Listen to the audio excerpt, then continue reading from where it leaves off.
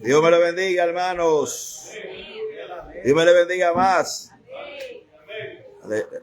Fueron los cristianos.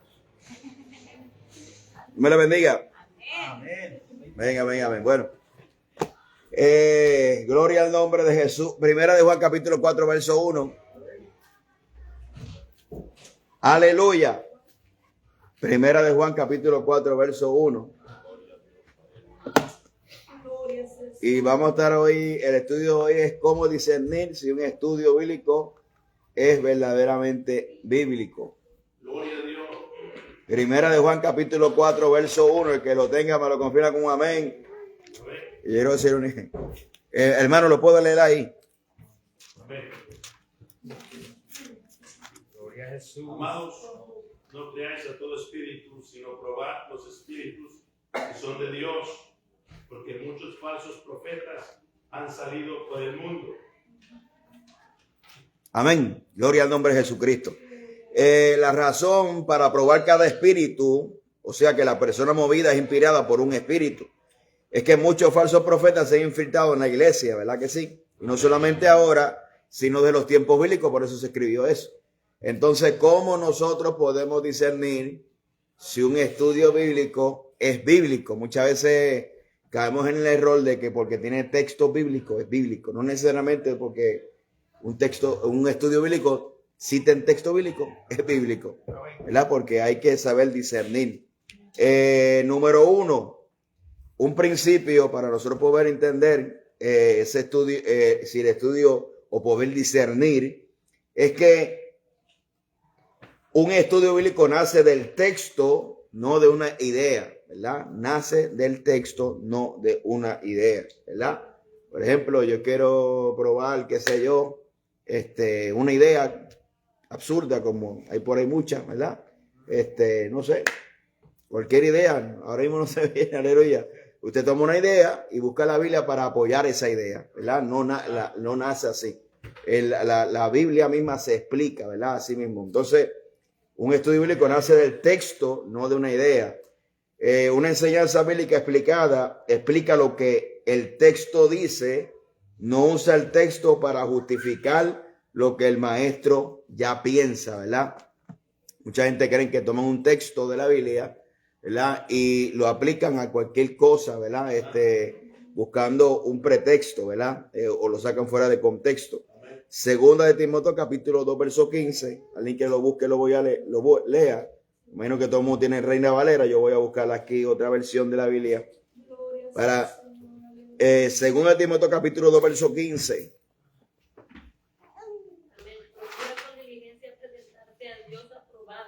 Muy bien.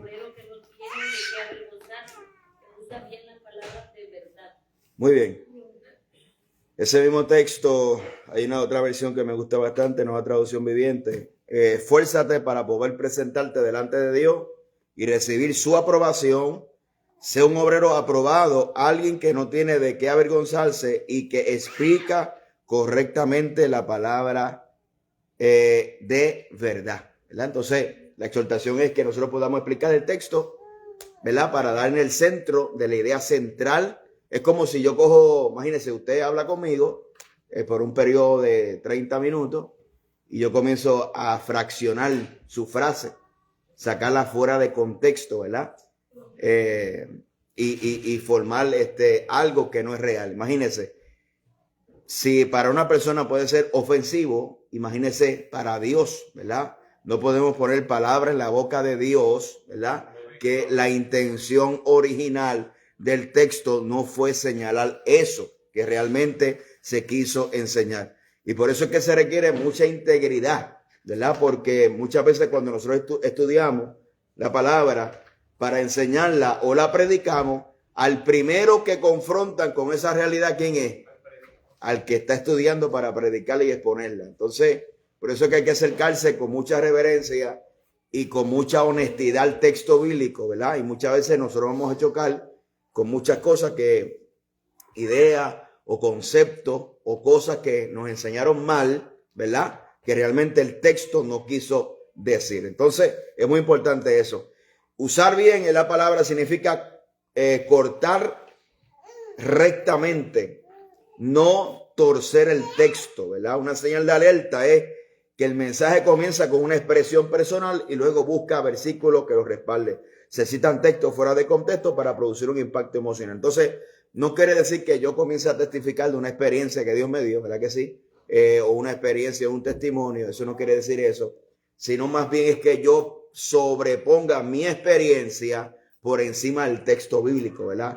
Entonces ahí es donde surge algo que se llama, una palabrita que se llama misticismo, ¿verdad? Las redes sociales están llenas de misticismo, ¿verdad? Es como se interpone una experiencia personal por encima de la palabra, ¿verdad? Y eso está escrito en Gálatas, cuando Pablo dijo, si aún nosotros o un ángel del cielo desciende predicando otro evangelio, que dice la Biblia, sea anatema, Pero nosotros, imagínense que usted está en la casa a las 12 de la noche o a las 1 de la mañana, lo levanta un ángel que resplandece el cuarto, le caen 3 plumas de ángeles y usted está brincando por toda la casa.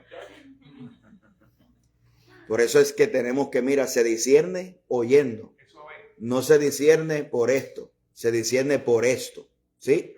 ¿Por qué? Porque la Biblia dice que no nos extrañemos que Satanás se disfraza como ángel de luz y su ministro como ministro de justicia. Entonces no es lo que veamos, es lo que escuchemos, ¿sí? Primero se escucha, ¿verdad? Para tener una aplicación. Entonces, Nehemías capítulo 8, verso 8, dice la Biblia, leía el libro de la ley de Dios claramente y ponía el sentido de modo que entendiesen la lectura, ¿verdad? No, el trabajo de poder enseñar es que nosotros podamos, que la gente entienda lo que la Biblia dice, ¿verdad? Para dar en el blanco. Entonces, es muy importante observar este orden, es leer el texto, explicaron el sentido y el pueblo se entendía, ¿verdad? Eso es lo que dice Nehemías capítulo 8, verso 8. Eso es lo que hizo Nehemías cuando leyó el libro de la ley delante del pueblo. Segundo principio para nosotros poder discernir si lo que estamos leyendo, lo que estamos consumiendo por las redes sociales, lo que estamos leyendo por X o Y personas, incluso de aquí, ¿verdad? Es que nosotros podamos tener la herramienta para no ser engañados. Recuérdese, Mateo capítulo 24, lo primero que encabeza la lista es el engaño. Olvídese de guerra, rumores de guerra, hambre, peste, lo primero que encabeza es el engaño. Mira que nadie os engañe. Imagínense, hermano. Entonces, eso es muy importante. Segundo principio es que un estudio bíblico respecta el contexto. ¿Y qué es el contexto? Yo tengo que observar la historia, ¿verdad? ¿Por qué se escribió ese texto? ¿Para quién se escribió? ¿Qué historia hay detrás de eso? Por ejemplo, el Salmo, está aleluyando, el Salmo 18, ¿verdad? Por ejemplo, si vamos a los salmos, probablemente muchos de ellos tienen un contexto histórico detrás de ellos. ¿Verdad? Hay unos salmos de penitencia, ¿verdad? Son los salmos, ahí el Salmo 51, cuando David pecó y David está exclamando su dolor delante de la presencia de Dios. Salmo 18, cuando David, hace poco predicé de los otros gigantes que atacaron a David, David escribe el Salmo 18, ¿verdad? Y hay diferentes contextos que tenemos que respetar para poder entender, ¿verdad? Estamos hablando de los salmos, pero si hablamos entonces, Pentateuco son libros históricos, los otros libros históricos, los libros proféticos, ¿verdad? Las epístolas, los libros de sabiduría, las epístolas de Pablo, los evangelios, el contexto histórico, el contexto cultural, ¿sí? El contexto cultural, que es muy importante, que nos da un poquito más de amplitud porque se narra esa historia. Por ejemplo, la historia de la mujer samaritana, ¿sí? La mujer samaritana, el texto dice a la hora que iba. ¿Pero por qué el texto dice a la hora que iba? Para que usted entienda que la mujer que está yendo ahí tiene algunos problemas sociales, ¿sí?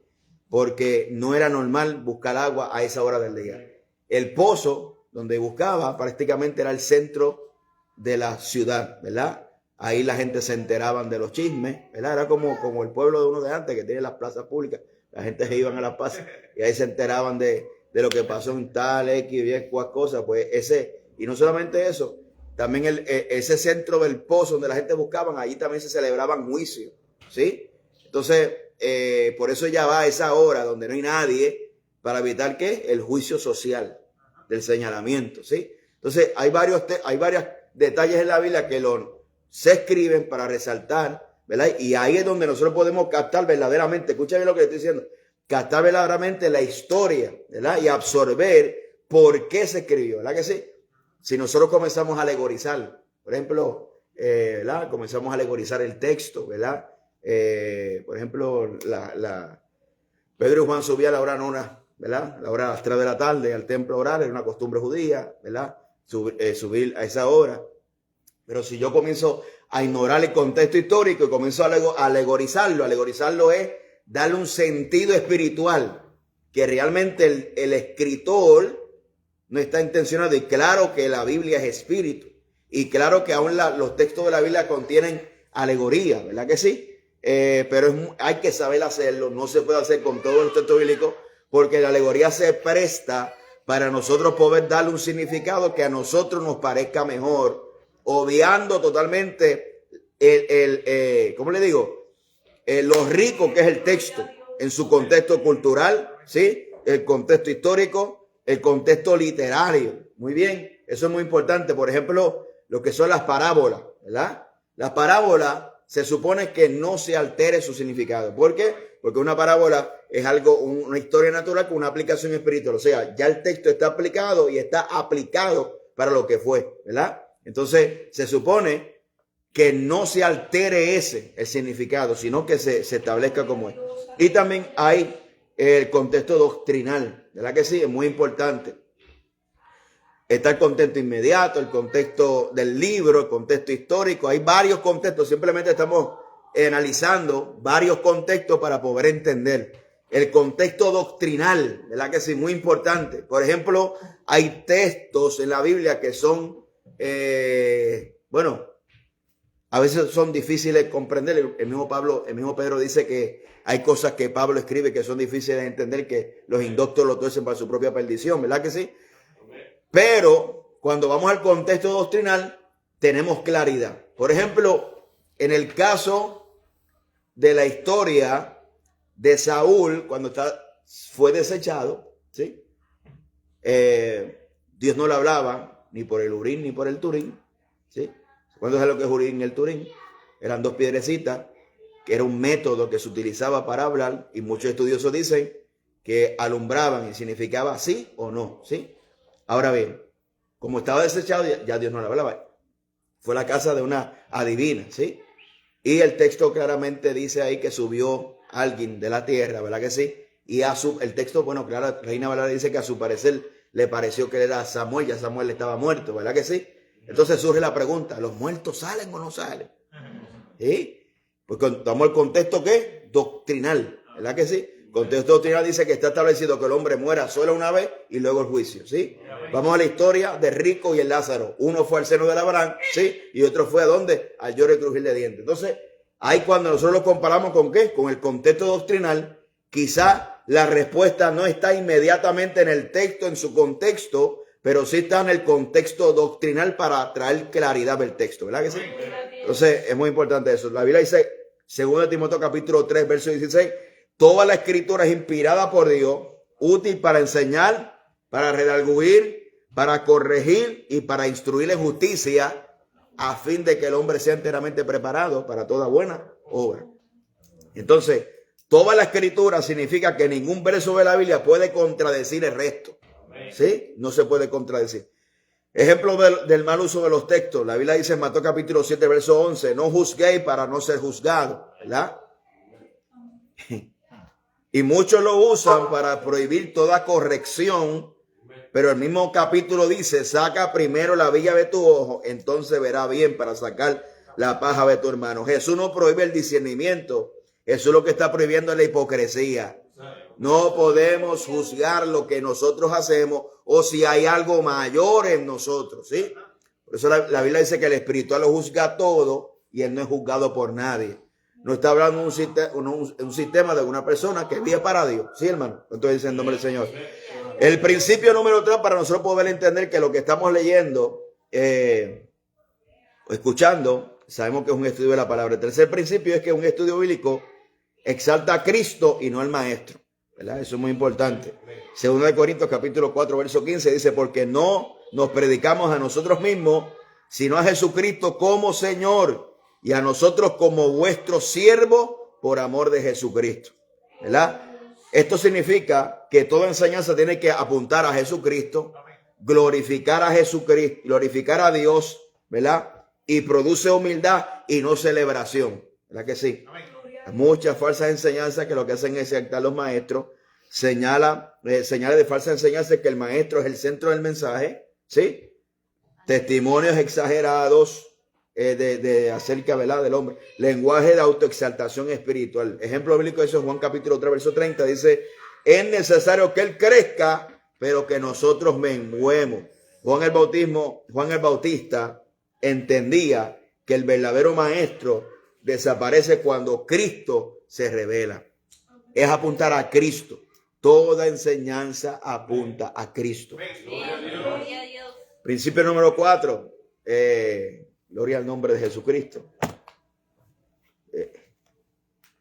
Un estudio bíblico produce transformación, no solo emoción ni información. Bueno, sí te informa, pero también la esencial es la transformación.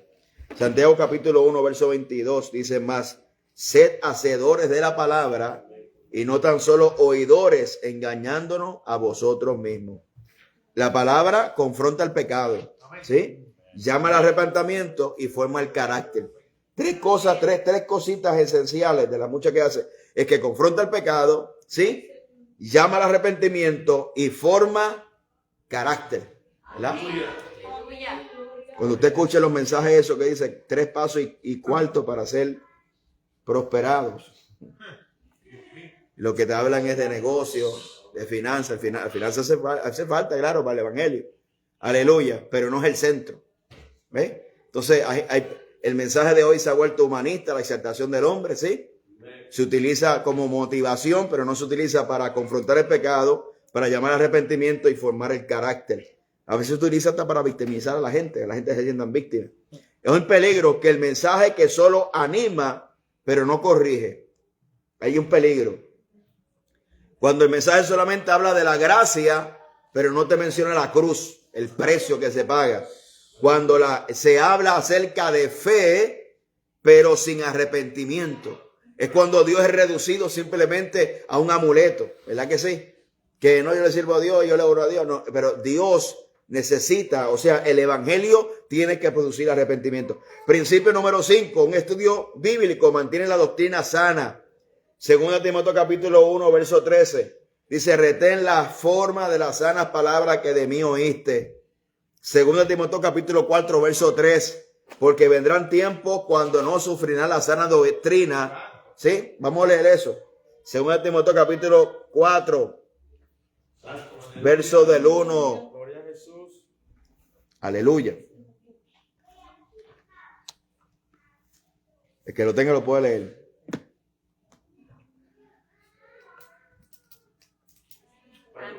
Amén. Sí. Te encarezco delante de Dios y del Señor Jesucristo, que juzgará a los vivos y a los muertos en su manifestación y en su reino.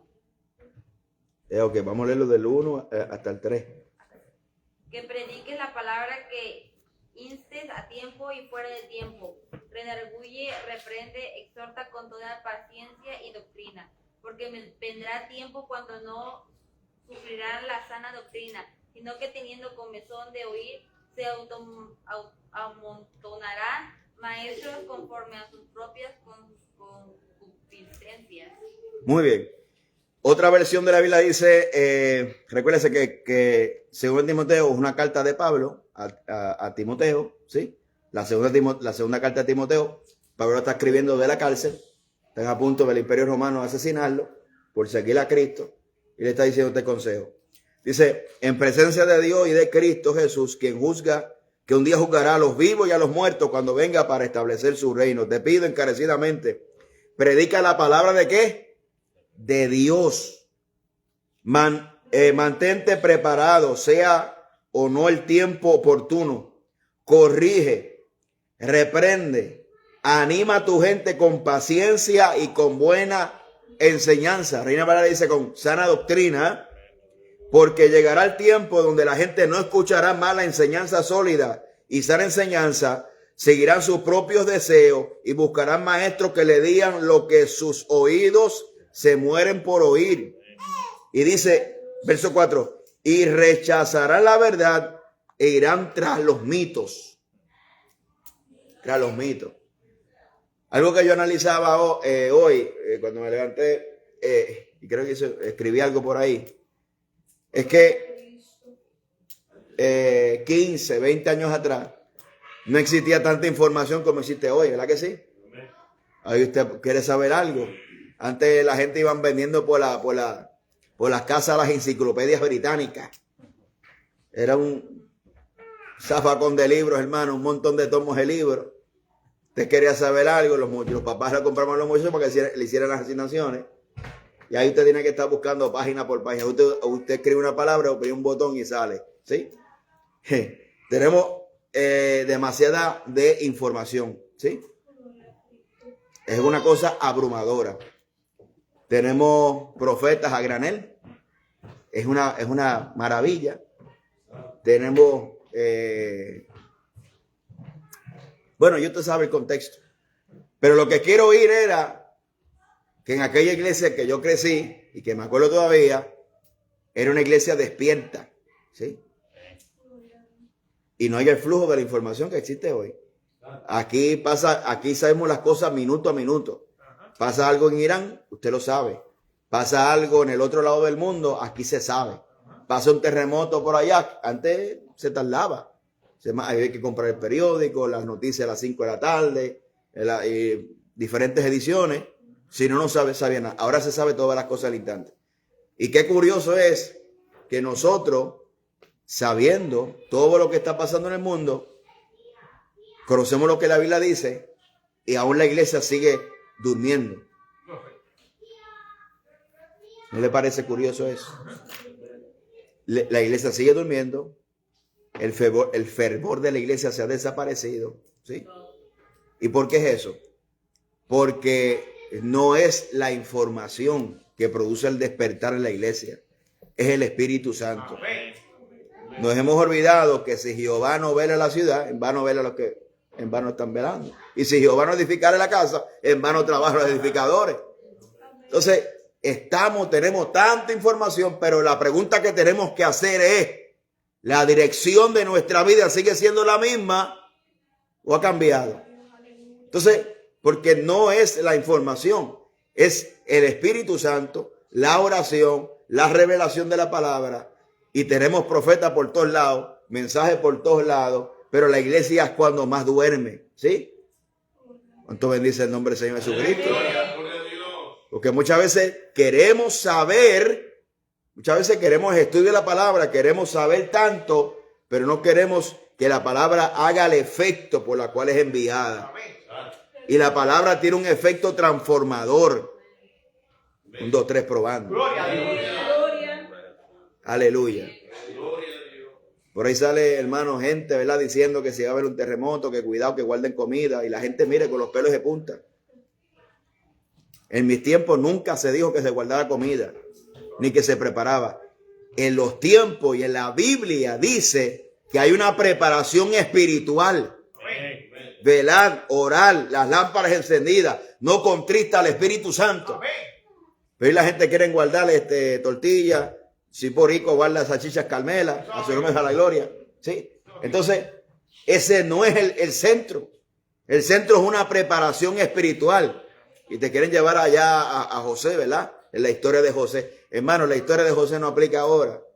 Porque lo que José hizo fue para preservación del linaje de Israel en un momento de hambruna. Es el verdadero propósito, ¿verdad? Y claro, usted puede prepararse porque no andamos, la fe no significa descuido, pero no es el centro. Entonces usted ve todos estos profetas profetizando. Hay otro que sale hasta que es científico, por ahí dice que es científico, diciendo que va a ver aquí, que va a ver acá, que si las placas tectónicas. Mira, mi hermano, yo le oro para que a toda esa gente se le caiga el wifi. Aleluya. Porque están haciendo un daño a la gente.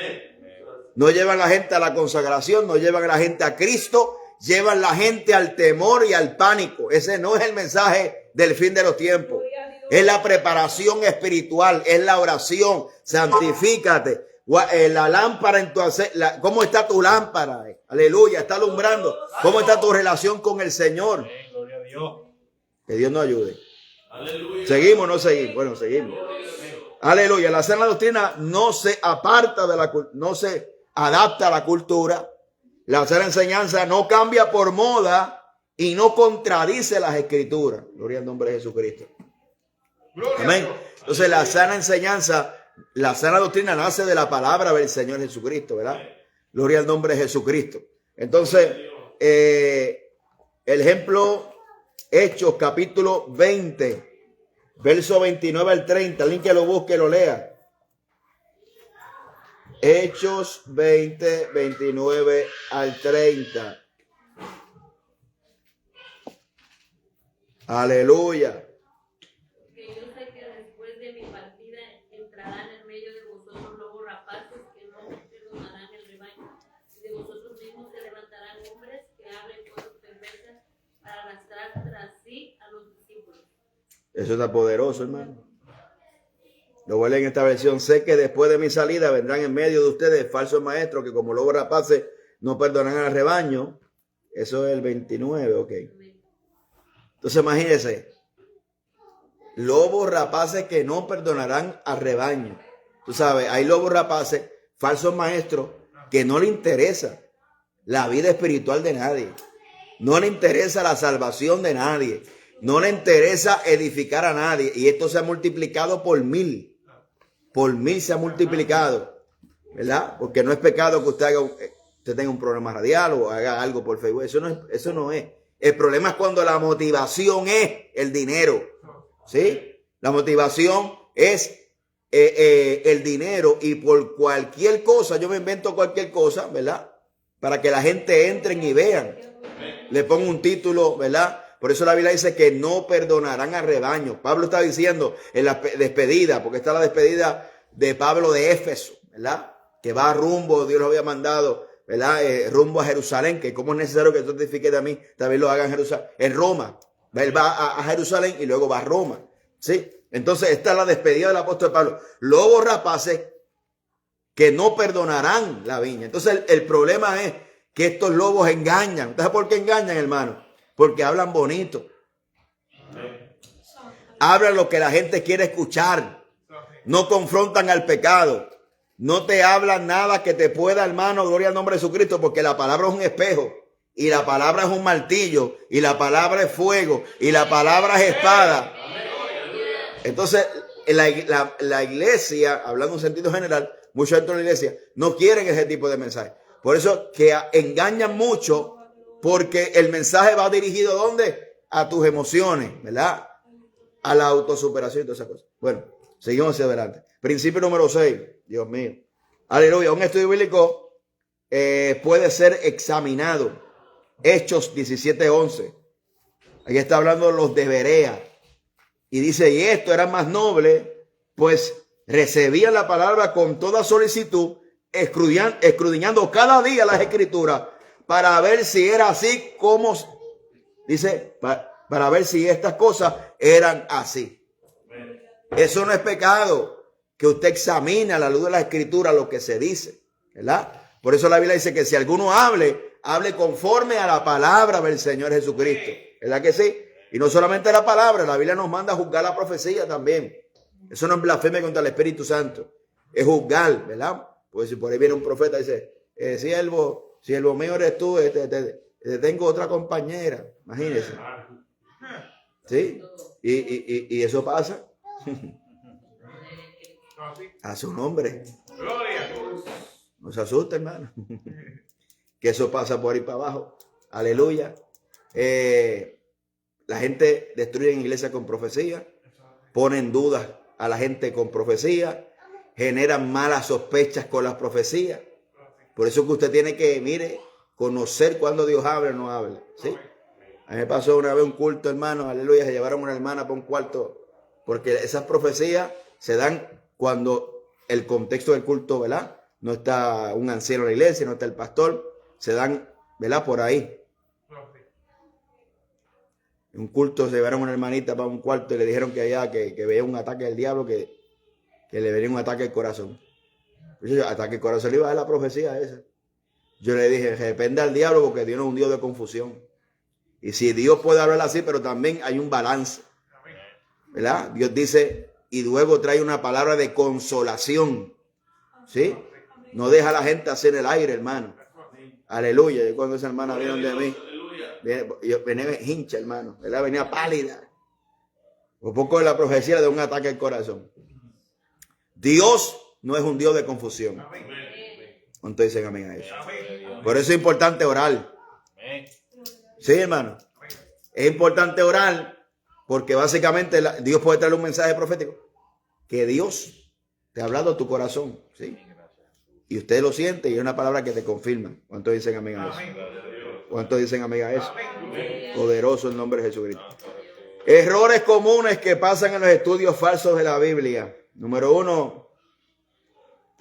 Aquí vamos a unas palabritas que son un poquito técnicas. Y aquí es donde la gente se tranca porque dicen, no, esas palabras no aparecen en la Biblia. Eso es sabiduría de hombre. Escuchen lo que les voy a decir. Si hablamos nosotros de teología sistemática, exégesis.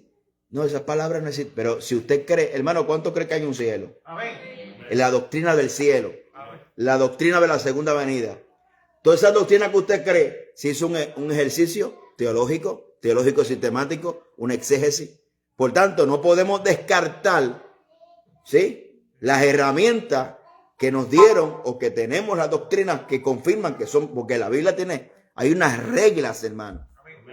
Porque si la Biblia no tuviera reglas, cualquiera podría decir lo que bien le pareciera, pero hay unas reglas. Número 1, errores que se cometen en los falsos estudios de la palabra. Hay una palabrita, se llama eigesis, que significa meter una idea propia dentro del texto. Eisegesis. No es exégesis, es eisegesis. Es cuando se extrae o cuando se implementa la idea dentro del texto bíblico. ¿Cuánto bendice el nombre de Jesucristo? ¿Cuánto bendice el nombre de Jesús? Amén. Gloria a su nombre. Gloria. Esto significa, es una interpretación bíblica desde fuera hacia adentro. El lector impone el texto, su idea y experiencia, ideología o emoción dentro del texto bíblico, ¿verdad? Contrario a la exégesis, que busca extraer el significado original, la exégesis lo que busca es poner la idea dentro del texto bíblico. Gloria al nombre del Señor. ¿Verdad? Y eso pasa con la mayoría de la secta. Por aquí yo andaba, cuando llegué por aquí por Austin, me encontré ahí lo que le dicen al Espíritu Santo Madre. Y me quedé hablando un ratito con ellos allí, imagínense. Aleluya, imagínense qué semejante. Aleluya, disparate, gloria al nombre de Dios. Proverbios capítulo 3, versos 5 al 6 dice, toda la palabra de Dios es limpia, no añada su palabra para que no te reprenda y no seas hallado mentiroso. Una señal de eisegesis es cuando Dios me dijo que este versículo significa, tenga cuidado, ¿verdad? Gloria al nombre del Señor. Interpretaciones que ignoran el texto histórico y literario y textos usados como pretextos emocionales. A su nombre sea la gloria. Entienda esto. Ningún Dios me dijo va por encima de la palabra. No importa que usted vio un ángel y que le cayeron cuatro plumas de ángel. Si no va conforme a la palabra hay que descartarlo. Si Pablo dijo, si nosotros, imagínense Pablo, si aún nosotros, un ángel del cielo, viene predicando otro evangelio, o sea que anatema. Gloria al nombre del Señor. Entonces, Mateo capítulo 4, verso 6. ¿Quién hizo esto? Hay ejemplos de eisegesis en la Biblia. Miren, se lo voy a buscar. Mateo 4, 6.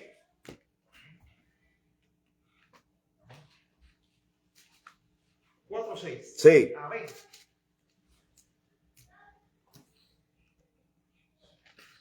Y le dijo, si eres hijo de Dios, échate abajo, porque escrito está, a sus ángeles mandará cerca de ti, y en sus manos te sostendrá para que no tropieces con tu pie en piedra. ¿Quién le dijo eso?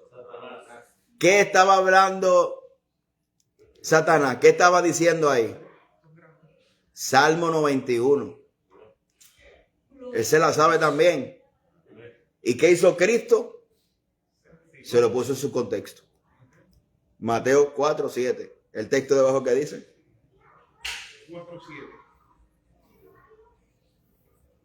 Jesús le dijo, escrito está, también no tentarás al Señor tu Dios. ¿Qué hizo ahí Cristo? Se lo puso en el contexto.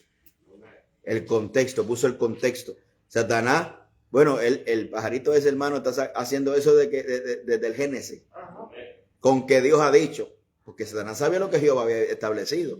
Lo que pasa es que lo tuerce. Las escrituras. Cuando hay un texto de la Biblia que a usted les cause confusión, ¿verdad? O duda, es que el enemigo está torciéndolo. Pero vaya y compárelo, vaya al contexto. El primero que hizo una exégesis fue el enemigo, citándole Salmo 91 a Jesucristo en el desierto. ¿Verdad que sí? Entonces, ¿qué es lo contrario a una exégesis? Es una exégesis. Y esa exégesis es el proceso correcto de interpretación bíblica mediante el cual el intérprete extrae el texto, el significado que el autor inspiró, quiso comunicar originalmente, sin imponer ideas personales, doctrina previas o experiencias subjetivas. ¿Verdad? En la exégesis, el texto gobierna al intérprete, las escrituras interpretan las escrituras, ¿sí? La escritura interpreta la escritura y el lector se somete al mensaje y no lo modifica. ¿Cuánto bendice el nombre del Señor? Gloria a Dios. Según Timoteo capítulo 2, verso 15, usa bien la palabra, de verdad. Otra vez lo utilizamos ese texto. Usar bien significa trazar rectamente y no torcer el texto, ¿verdad? La diferencia entre la exégesis y la exégesis es que la exégesis, yo le digo al texto lo que quiero que diga el texto. Y en la exégesis, el texto me dice lo que Dios me quiere decir a través del texto de la Biblia. Entonces dice el nombre del Señor. ¿Cuántos sabían eso? Levante la mano el que sabía eso. Levante la mano el que no lo sabía. Muy bien. No hay problema con eso. Le traigo esta pregunta. ¿Por qué le traigo esa pregunta? Porque si usted no conoce estos principios, entonces usted tiene que ir a una fuente confiable. ¿Sí? A una fuente confiable. Uno de los lugares más peligrosos para un creyente hoy en día, debido al tanto engaño, número uno, aunque usted no lo crea, una librería cristiana. Silencio de aquí. Porque hay diferentes corrientes de pensamiento. O sea, si usted no conoce ni maneja bien estos conceptos, no se preocupe. Nadie nos ha enseñado. Pero eso significa que usted entonces tiene que andar con un poquito más de cuidado e ir a una fuente confiable. ¿Sí? Otro lugar peligroso es las redes sociales. ¿Sí? Porque usted no conoce la vida de esa persona. Usted no conoce sino por el Espíritu con qué intención, ¿sí? Hace eso. Con la intención que hace eso. Con la intención que está esa persona. ¿Cuál es su motivación? ¿Sí? Hermano, mire. Realmente. Yo sé que Dios. Hermano, yo no dudo de los dones del Espíritu. Y yo sé que Dios habla. Y Dios puede usar. Bueno, la Biblia usó tan burro, imagínense. Pero eso. Hay gente que pretenden que la gente le crea que Dios le habla cada 5 minutos o todos los días un mensaje para el mundo entero. Eso es una mentira, es una vil mentira. Dios no obra ni obró en el Antiguo Testamento de esa manera con ninguno de los profetas de los libros proféticos. Claro que hay capítulos y usted se cree que pasaron de un día para otro. Daniel pasaron a veces desde los últimos capítulos de Daniel, los principios pasaron hasta años. Ya los últimos capítulos, Daniel ya era un anciano. ¿Sí? Entonces, vieron mucho tiempo en que Daniel no vio ni media visión. ¿Sí? Y eso es muy importante. Por eso es que nosotros, claro, los dones, no menospreciamos la profecía, pero no dependemos de ella para la guianza, porque la guianza del creyente es la palabra del Señor, ¿sí? Y el Espíritu Santo te va a guiar a toda verdad y a toda justicia. Esa es la pura verdad. Cuando estas cosas no se enseñan así, el pueblo asume otra actitud. Es una total dependencia del supuesto profeta que viene. Por eso es que aquí yo hago una campaña, hermano, yo hago un flyer que viene el profeta de allá, imagínense, de la Antártida. Aleluya. El apóstol de los pingüinos allá en Antártida. Y viene, hermano, el profeta. Aquí vamos a tener que hacer el siguiente día. Y la gente van a pasar por fila para ellos supuestamente escuchar la voz de Dios por la boca de un hombre. La profecía bíblica y el don profético no pretende suplir la necesidad de la total guianza del pueblo. Por eso es que está la palabra del Señor, que es la profecía más certera y más segura, que alumbra como una antorcha, ¿verdad?, en lugares oscuros hasta que el lucero de la mañana esclarece con vuestros corazones. Está escrita en 2 de Pedro, capítulo 1, verso 19. Entonces, cuando esto no se enseña así, el pueblo fácilmente es manipulado, sus emociones manipuladas, ¿verdad? Por eso que usted dice, pero ¿cómo esa gente pueden hacer eso? ¿Verdad? El Señor me dice que pasen aquí todo lo que... aquí hay alguien que trajo una ofrenda de $1.000.000 y la gente se lo creen. Porque son manipulables, porque no comprenden los principios bíblicos, ¿sí? Por eso es que yo le quiero enseñar para que usted, hermano, no sea manipulado, ¿verdad?, por estas tendencias que existen, porque la Biblia dice que mira que nadie os engañe, eso la Biblia lo dice. Claro, no menospreciamos la profecía y Dios habla y los dones del Espíritu siguen vigentes, ¿verdad? Pero no necesariamente yo dependo 100% de eso para una guianza, ¿sí? Porque hay creyentes que dependen solamente de eso. Dios habla de diferentes maneras. Si usted ora y busca el rostro de Dios, Dios le puede hablar al corazón, a la mente. Y a través de las escrituras el Señor le habla. Y le voy a decir una cosa. Cuando hay alguien que le está pidiendo a Dios que Dios le hable y Dios no le habla, aleluya, es porque ya la Biblia lo dice. ¿Sí? Es porque la Biblia lo dice. Entonces, imagínate, Señor, tengo que orar todos los días, Señor, háblame. No te va a hablar nada porque la Biblia dice que oremos sin cesar. ¿Sí? Entonces, esa es otra cosa que muchas veces estamos en el silencio porque no abrimos el libro. ¿Cuántos alaban a Dios esta vez? Gloria a Dios. Ninguna profecía de la Escritura es de interpretación privada, como dice la Biblia. La exégesis toma en cuenta el contexto inmediato, contexto histórico, contexto cultural, contexto doctrinal. Por eso es que les quiero enseñar otra cosa, ¿verdad? Vamos adelantando para terminar este asunto, ¿verdad? Aleluya. Poderoso el nombre de Jesucristo. Gloria a Dios. Y es, muy bien, muy bien. Hay algo que se llama, otra palabrita extraña, es heterodoxia y ortodoxia, ¿sí? Ahora, esas palabritas que son medias extrañas son muy necesarias. ¿Por qué? Porque si entendemos que la profecía no es de interpretación privada, ¿sí? Y la heterodoxia significa que es una enseñanza que desvía de la fe apostólica. ¿Por qué? Porque la doctrina apostólica, ¿verdad? Tenemos que también comprender cuál fue lo que creyeron los apóstoles. ¿Por qué? Porque la Biblia dice que nosotros edifiquemos, ¿sí?, sobre el fundamento que es Cristo, sobre las verdades apostólicas, ¿verdad?, que están escritas en la palabra. Pablo decía que él como perito arquitecto puso el fundamento, ¿sí? Y la Biblia también dice que estos apóstoles que fueron en el comienzo de la historia de la iglesia fueron los que pusieron el fundamento, ¿verdad? Los que eran administradores de los misterios de Dios, de esas revelaciones, cosas que tuvieron ocultas en edades pasadas, porque la palabra misterio en la Biblia lo que significa que es una verdad revelada en el Nuevo Testamento para la iglesia, ¿sí? Ahora bien, ¿cuáles fueron, rapidito, cuáles fueron las enseñanzas apostólicas? Mire, sencillo, usted las conoce.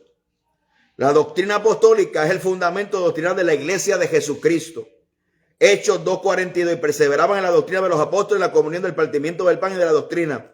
La doctrina apostólica no es una tradición posterior, sino el contexto original de la fe cristiana. Por eso hay mucha gente que dicen, hermano, mira esa gente que se basa en predicando doctrina.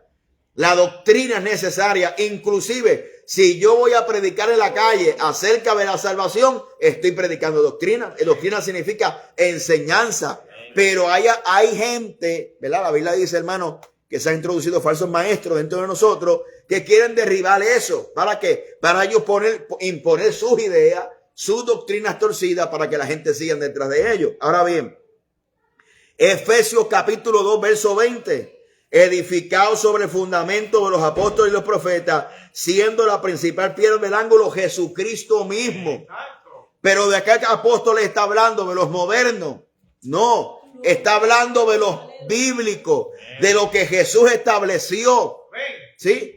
El apóstol Pablo dice que él era el último, como un abortivo, dice la Biblia. ¿Por qué abortivo? Porque fue fuera de tiempo. Sí, hermano. Pero él aprendió de Jesús mismo, se le reveló camino a Damasco. Y dice él que el evangelio que él aprendió fue de Cristo. No sabemos ese misterio, pero sabemos que sí Pablo recibió directamente de Jesucristo. Tuvo una experiencia porque el libro de Hechos abre con la introducción de que Judas no está entre ellos, ¿verdad? Y Pedro dice, bueno, vamos a coger lo otro que sustituya, ¿verdad? Uno que estuvo desde el bautismo de Cristo, todo su ministerio hasta su resurrección. Hermano, ¿y quién cumple ese requisito hoy en día? Ni Matusalén si estuviera vivo, imagínense. Aleluya. Por eso que el fundamento de los apóstoles no son de los apostolocos estos que están por aquí, que se nombran todo el mundo, hermano. Esto es una maravilla. La gente abre una iglesia y a los 3 meses son apóstoles. ¿Quién los ungió? Ellos mismos, porque la gente lo que le gusta es el título para impresionar a la gente, ¿sí? Pero eso es otro tema. Aleluya. ¿Qué es la doctrina apostólica? La doctrina apostólica es el conjunto de enseñanza. Número 1, recibida por Jesucristo, proclamada por los apóstoles, perseverada, revelada las escrituras y eran normativas para la iglesia. ¿Sí, hermano? ¿Cuántos dicen amén? Ahora, ¿cuál es una doctrina de ella? La revelación de Dios en la autoridad de las escrituras. Una doctrina apostólica era que ellos entendían que la palabra es inspirada por Dios. Aquí no hay invento. La gente dice que tienen errores. El que tiene errores es uno. Que lee la Biblia, hermano, y lo choca con la pared. Imagínense. El que tiene que cambiar es uno. No es la palabra. ¿Verdad? Entonces, fíjese bien. La palabra es inspirada por Dios. Es suficiente. Es la máxima autoridad doctrinal. Y uno de los, si usted se fija en toda la doctrina apostólica que vamos a mencionar aquí, está siendo atacada.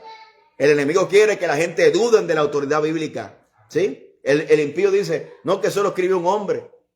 No, terrible lo dice Dios, que si lo hubiese escrito un animal. Así me dice la gloria. Pues claro que Dios utilizó un hombre. Porque Dios utiliza hombres. ¿Verdad? Jesús mismo nació de una mujer, no nació de una mata plátano, hermano. Entonces Dios utiliza a la gente. Entonces, la doctrina de Dios, que se llama la teología propia. ¿Quién es Dios? ¿Verdad? La cantidad de información que hay en la internet es una barbaridad. El que se alimenta de la internet termina, hermano, turuleco, loco. Sí. Es una barbaridad. Aleluya. Los apóstoles enseñaron un solo Dios verdadero, que es Padre, Hijo y Espíritu Santo. No son 3 dioses, sino una esencia divina. Sí, gloria al nombre del Señor. Número 3, por eso es que los Jesús solo es una secta. Estoy en vivo, si lo ven ahí me va a caer encima ahora. Porque los Jesús solo no formaba parte de la confesión apostólica. Ellos nos enseñaron. ¿Y qué enseñan los Jesús solo? ¿Verdad? Ellos niegan que hay un Padre. O sea, ellos dicen que Jesús se viste de Padre, Jesús se viste de Espíritu Santo. Que son 3 manifestaciones. No es así. ¿Sí? Ni tampoco nosotros andamos predicando todos los días la Trinidad porque damos por sentado en la Trinidad. Jesús solo. Todos los días te tienes que recordar que Jesús solo. Porque esa es una secta. las sectas siempre tienen que estar reforzando su idea principal errónea. Es una heterodoxia, no es una doxía ortodoxa que es aceptada por la mayoría. Sí, hermano. Y eso es muy importante porque cuando usted sabe la doctrina apostólica y por ahí escucha algo medio raro que no cuadra, usted dice, no, eso hay que desecharlo. ¿Cuántos dicen amén a eso? La obra de Cristo expiatoria en la salvación, el arrepentimiento, fe y nuevo nacimiento. El Espíritu Santo es su obra en el creyente, que santifica, que bautiza, que regenera los dones del Espíritu Santo. La iglesia, ¿verdad? Bueno, es que quiero avanzar, hermano, porque el estudio. La eclesiología, lo que es la iglesia, que es otra doctrina que la gente está atacada, ¿verdad? Porque la gente dice, yo soy la iglesia. No. Nosotros somos la iglesia. Pero dice, como piedras vivas.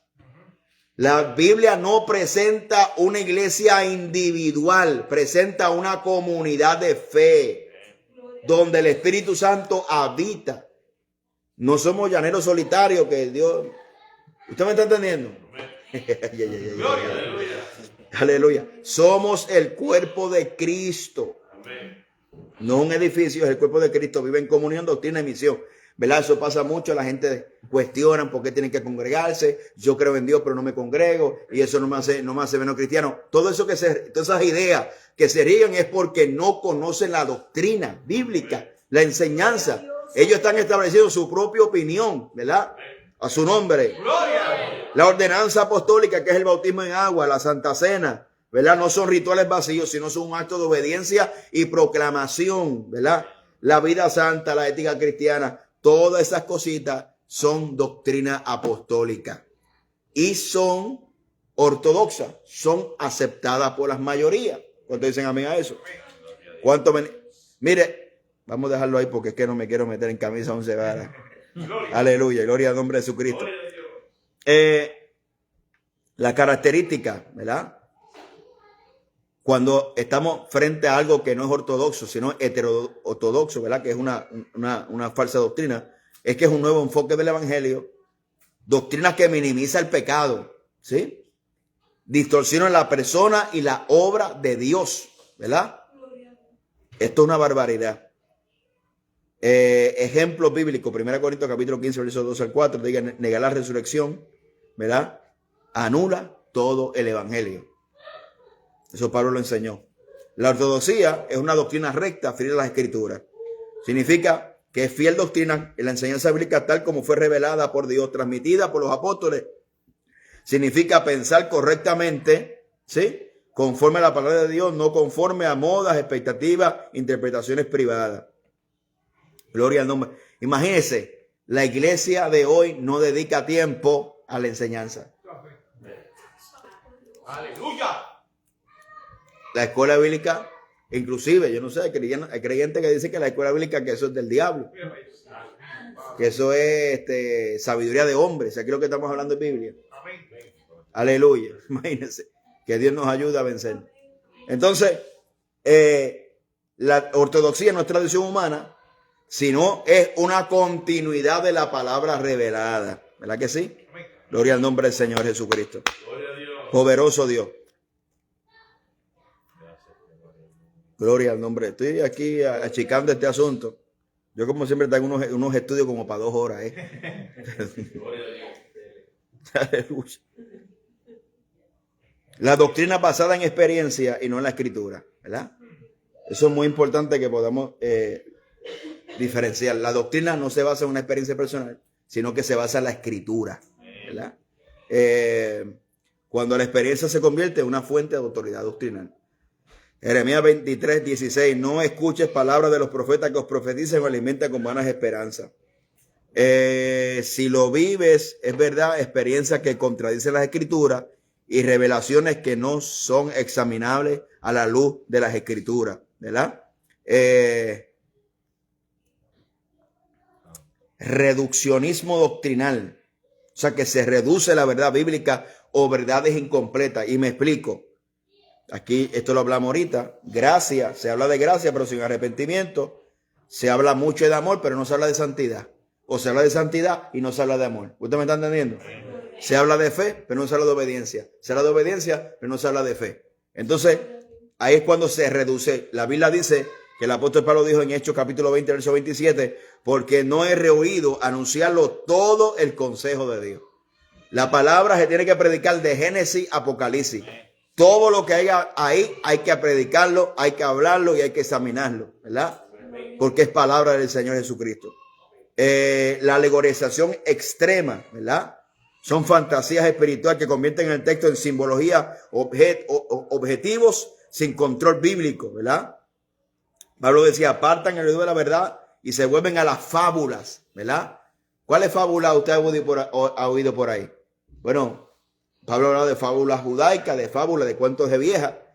Y eran, por ejemplo, la segunda esposa de Adán, o la primera esposa de Adán, que fue Lilith, ¿verdad? Eso viene de la tradición judaica, ¿verdad? Y si nosotros nos metemos ahí, nos amanecemos también. Porque la gente cree que todo lo que viene de Israel son israelitas. Israel estuvo en muchas naciones paganas y adoptó muchas enseñanzas de ellas, ¿sí? Y muchas veces lo que se enseña por ahí no es su judaísmo. O sea, lo que salva es el evangelio, hermano, no es una religión, ¿verdad? Gloria al nombre de Jesucristo. Vamos a acabar esto ya. Gloria al nombre del Señor. A su nombre. ¿Cuánto más de 5 minutos? 5, 10, 15. Imagínense. Gloria a Dios. Autoridad manipulada no toca al ungido, ¿verdad? Un espíritu de autoridad para evitar la corrección. Eso no es bíblico. Gloria al nombre del Señor Jesucristo. Y vamos a dejarlo ahí. Gloria al nombre del Señor para que no cansarlos mucho. Aleluya. ¿Sí? Así que mi intención con esto es que usted pueda, ¿verdad?, examinar. El engaño es una cosa que se ha multiplicado por 1000. Y recuérdese, el texto base que utilizamos, ¿cuál fue? Primera de Juan capítulo 4. Amado, no creáis a todo espíritu. Porque muchas veces lo que está ahí puede haber operando dos cosas detrás de una falsa enseñanza, ¿sí? El espíritu humano, que comienza con una opinión para manipular, relajar la vida de pecado, pero siempre termina, la Biblia dice, son doctrinas de demonios. Primera de Timoteo capítulo 4, verso 1. Doctrinas que son, la inspiración es del enemigo para causar confusión. Engañó a Eva, ¿sí? Engañó una tercera parte de los ángeles del cielo. Y usted sabe que han visto cosas que usted y yo no hemos visto. Que Dios nos ayude, hermano. Amén. ¿Cuántos dicen amén a eso? Entonces,